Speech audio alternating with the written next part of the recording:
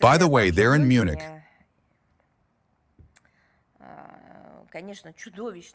the statements of Zelensky were also replete with some truly monstrous and insane passages.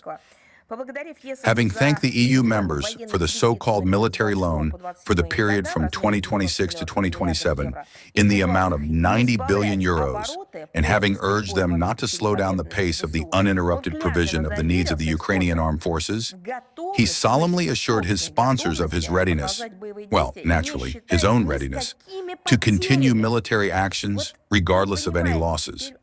Now you understand where such a passion for manipulating elections comes from in Zelensky.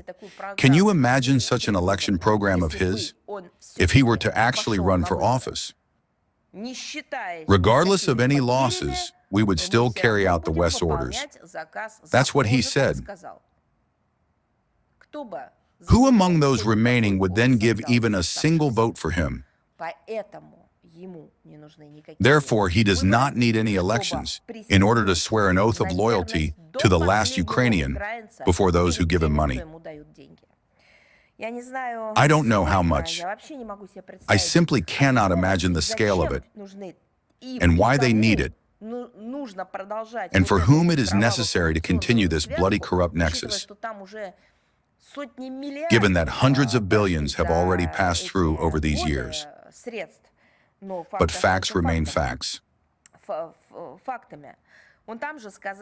By the way, at the Munich conference, he also spoke of the intention to kill 50,000 Russians every month.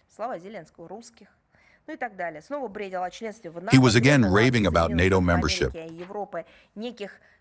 demanding from the United States and Europe some kind of 30, 50-year strong security guarantees. He said that without a ceasefire, there would be no elections and no political settlement at all. In a word, he tried in every way to focus, and all this against the backdrop of statements by Europeans, whom he himself applauded. Regardless of the course of negotiations and the settlement, they will still not stop the supply of weapons to Ukraine and military actions. At the same time, he demanded a ceasefire, meaning like a unilateral one perhaps. So what do they think? That Russia will put everything on hold, hit pause, and watch as the Kiev regime arms itself?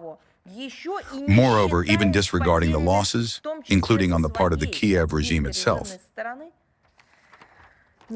No, well, they should look for fools among themselves for the implementation of such concepts. In a word, of course, Zelensky tried in every possible way to focus everyone's attention on the main goal for himself, the struggle against Russia. Nothing came of this for him. Those gathered were concerned about the issue of the split, as we already discussed today, in the Transatlantic partnership. In fact, German Chancellor Merz said just that. He said that this Transatlantic partnership, direct quote, is no longer something that we, that is, they, the Germans, can take for granted. Between Europe and the US, according to the German Chancellor, there is a deep abyss, end of quote.